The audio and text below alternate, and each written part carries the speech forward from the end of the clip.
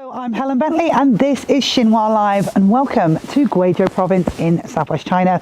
I've been here for the past couple of days doing a video about China's poverty alleviation campaign, and this area in particular focuses on what's called relocation. So in China, to help people become better off and to what China calls be lifted out of poverty, they do a project called relocation, which is basically taking communities from inhospitable areas and moving them to new purpose-built communities, which is where I'm now. If you look around me, you can see some of the buildings that were actually not here a handful of years ago. Guizhou, the province, has lifted 9 million people out of poverty over the last 5 years. And in fact, Guizhou is the provincial level region in China that has the most people living in poverty. So this area in particular had a huge task to achieve the poverty alleviation target, which was to lift everybody out of absolute poverty by the end of 2020 this year. Now, as I said, I've been here over the past couple of days exploring this village and getting to know a bit more about the people that live here. So 6,000 people were actually relocated within around 2 years to this area. That means that they moved lock, stock and barrel from their ancestral homes deep in the mountains to this new purpose-built area. One of the major draws to bring people here was education, was to give their children a better chance at life. Living up in the mountains, it was normally very difficult to get to school for children, and they would sometimes have to resort to using rope bridges to get across the valley to actually get to the school, or they'd have to go down the valley along roads that were sometimes not paved. So moving to a community like this offered them the opportunity to have schools within reach. And in fact, just around the corner, and we'll be going to there in a moment, is one of the schools. They have a school here from kindergarten right up to senior high. Another aspect I've been told by the people that live here was work. When you live in a rural area, obviously there's not much work going around, and the work that is there is normally quite low paid. So actually in this regard, there's been government-led initiatives to allow people to create and open factories here, and also tourism. So factories and tourism are the largest employer in this area. And in the video I did the other day, I actually went to a motorbike factory where they make three-wheel bikes, not unlike the one that's just over here that's making that noise, and also other electric vehicles. And in China, this is a really affordable way to get around. It means you can jump on your bike, you can go to the shops, you can do whatever. I mean, it's the same in any country, obviously. Now, the two communities that live here, well, the community that live here are actually made up of some of China's ethnic minorities. So China has 56 ethnic groups, 2 of which are known to live in this area. They're called the Miao and the Yi. And I've been very lucky today to be invited to go and meet a lady who is from the Yi community. And to help me speak to this wonderful lady is someone you wouldn't normally see. Somebody who's normally behind the camera, who hides on the other side of this lens. So I'd like to introduce you to my colleague, Wang Yue. Hello! Hello! Hi! Nice to meet you. Nice to meet you too. So we're going to now pop in here and go and visit one of the people that lives here. So this is one of the houses that was built under the poverty alleviation campaign. And let's find out a bit more about it, shall we? Sure. Okay. Let's go. Up to you. Hello! Hi, hello! Thank you, Cecilia. So before we start, I just want to say something. Outside, it's pretty cold. You saw I had my gloves on, I've got my scarf on, but in here it's very warm. And one of the reasons it's warm is because of an ingenious invention that they use in the south of China. It's a table, but it's more than a table. If you look underneath it, it's actually a heater. And you can put your toes next to the heater and you can warm your legs. But better than that, you can then throw down this blanket and you can cuddle yourself in so you're nice and cozy. So Wang Yue, why don't you get yourself nice and cozy? Sure. And I would love to know a little bit about you. Please tell me a bit about yourself. 简单的介绍一下您自己。你好，我叫王英，今年呢33岁，欢迎来我家玩。Oh, thank you very much. So I can translate that. She's actually 33 years old, and I must say your skin is wonderful. You look so young. It must be the mountain air. Like living in Beijing, I look a lot older than my 21 years. 他说那个你的皮肤看着特别好，然后看着很年轻，是不是这边环境特别好也有关系？没有，谢谢大家，谢谢。Can you tell me a little bit about what you're doing? I can see you're embroidering and I can see you're wearing some phenomenal work on your outfit. I'd love to know a bit more about it. 那个能跟我们说一下你在做什么？然后他看到你这个衣服特别漂亮，能简单的介绍一下吗？我这个是在绣花，就是我们民族衣服上的这种花。She's sewing a piece for their traditional costume. And how about this costume? Is this the sort of thing that you'd wear every day, or is it a special event sort of outfit? 你们一般什么时候穿这个衣服？日常也穿吗？还是一些特殊的场合？我们这个是日常也在穿，然后姑娘出嫁的时候也要穿，然后老人过世啊什么的也要穿。She said that they do wear them during daily life, everyday life, but mostly on special occasions like weddings and funerals. Yeah, it's absolutely beautiful. It's phenomenal. How long does it take you to sew this? How long until that's complete? 你绣这一片的话，大概需要多长时间？我这个快的话就3-4天绣完了。So 3 weeks. 3 to 4 days. 3 to 4 days. Oh my gosh. That's wow. Quite. That's really quick. Yeah, quite. Okay, so enough about the embroidery. I mean, you can tell that I enjoy it. I just love the colours. The workmanship is phenomenal. It's beautiful. But I'd like to know a little bit more about what's brought you here. Tell me a bit about your past home and how long you've lived here.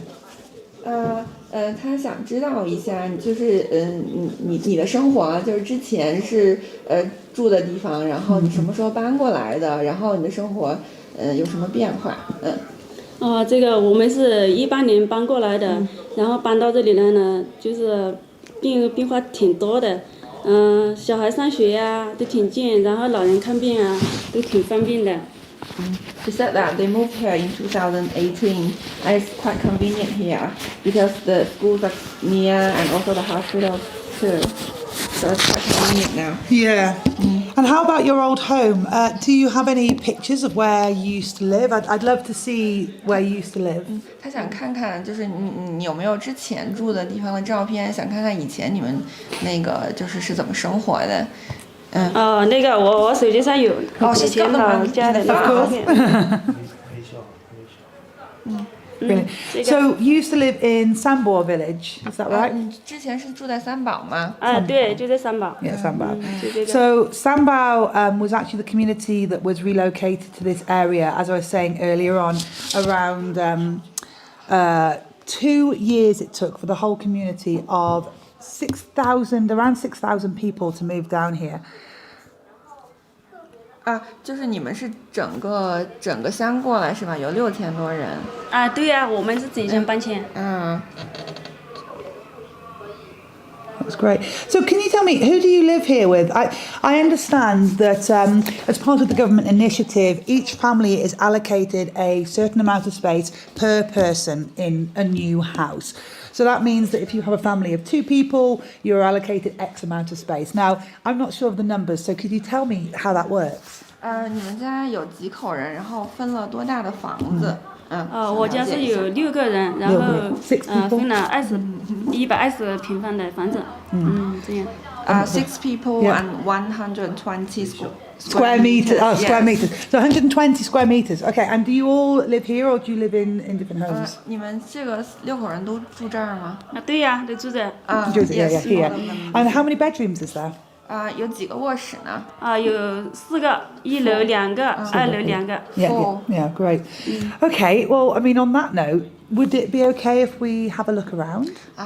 他想问一下，我们能就是参观一下您的家吗？可以。Yeah, great. Thank you so much. Thank you very, very much. Okay, so we're, 这里是厨房。 okay, so this is the 这里是 kitchen, 餐厅啊 and this is where they eat dinner. Oh, so the kitchen is a good size. It's a good size, bigger than my kitchen in Beijing. 可以去二楼看看吗？ I loved it. I loved Oh, it. she Yeah. invited you to go upstairs. I'd love to go upstairs. Yeah. So it's a 2-story house, 4 bedrooms, very well positioned. Oh, they're steep stairs though. This will keep you warm walking up and down these stairs, I'll tell you.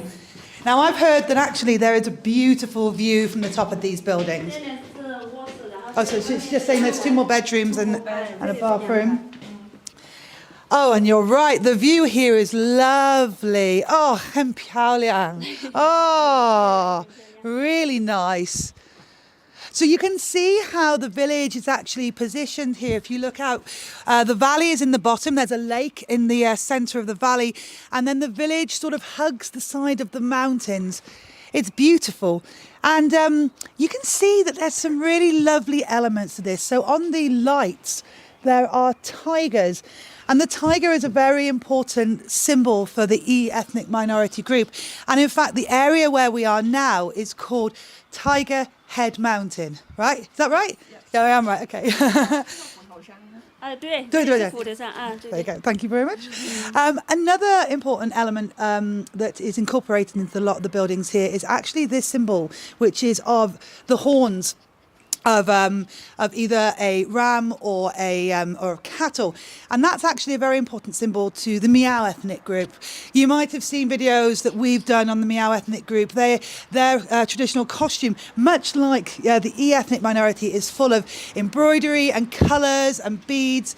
And it's beautiful to see these sort of costumes against the green and the browns of a rural area like this. They really stand out. It's lovely. Wonderful. Okay, thank you, Xie. Thank you so much. It's been wonderful to see the view and to see your home. Thank you for your time. 谢谢你抽出时间来接受我们的 Yes. 啊，没有没有，家很漂亮，特别欢这个景迎。色也特别好。 Xie, thank you very much. Okay, we're going to head down now. Would you...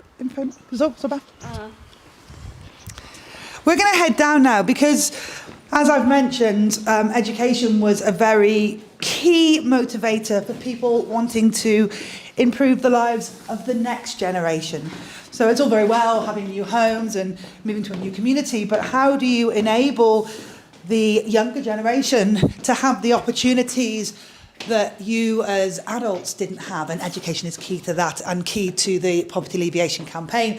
So I'm going to leave you now. Bye-bye. See you later. Thank you very much. Bye-bye. 慢些啊。 Oh, so I will. She said, go slowly, walk slowly. And I will. I'll walk slowly whilst walking backwards. Now, the next part, as I said, is education. And I'm very lucky. I think we're going to be able to switch over to our drone footage now. So I'll see you on the other side.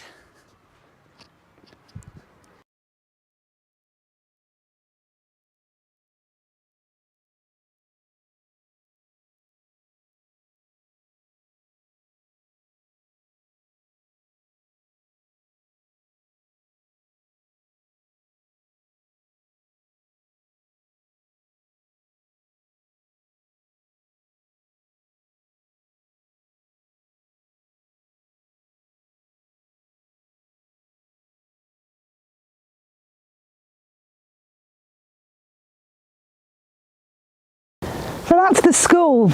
It's all the way from primary school through middle school and up to high school. And I've been told that students actually come from the surrounding areas, not just the town here. And it seems fitting that we're going to end this live, Xinhua Live. Welcome to Xinhua Live. It seems fitting we're going to end it with education, because it's the next generation that are going to really benefit from the changes brought about by the poverty alleviation campaign. They're going to have access to opportunities that their parents didn't have access to, and they're going to be living in communities where there's opportunity for employment, where there was little to none in their old communities. So we're standing here next to a school and on the precipice of new ideas and potential. And it seems to me, throughout my time over the past couple of years exploring China's poverty alleviation campaign, that this is at the heart of what the campaign is about. It's about giving opportunities to people, giving them the tools to grow. is not necessarily about just giving a handout and assuming people will be able to develop from that, but actually giving them the tools and the environment in which they can flourish. And so that's all from me, Xinhua Live. I'd like to say thank you very, very much. See you next time. The keys are, the first one is the leadership of the party, of the Communist Party of China. Taking care, looking for the people, and to analyze all these causes of poverty and to give different solutions to different places is another big key in the fight against the poverty in China.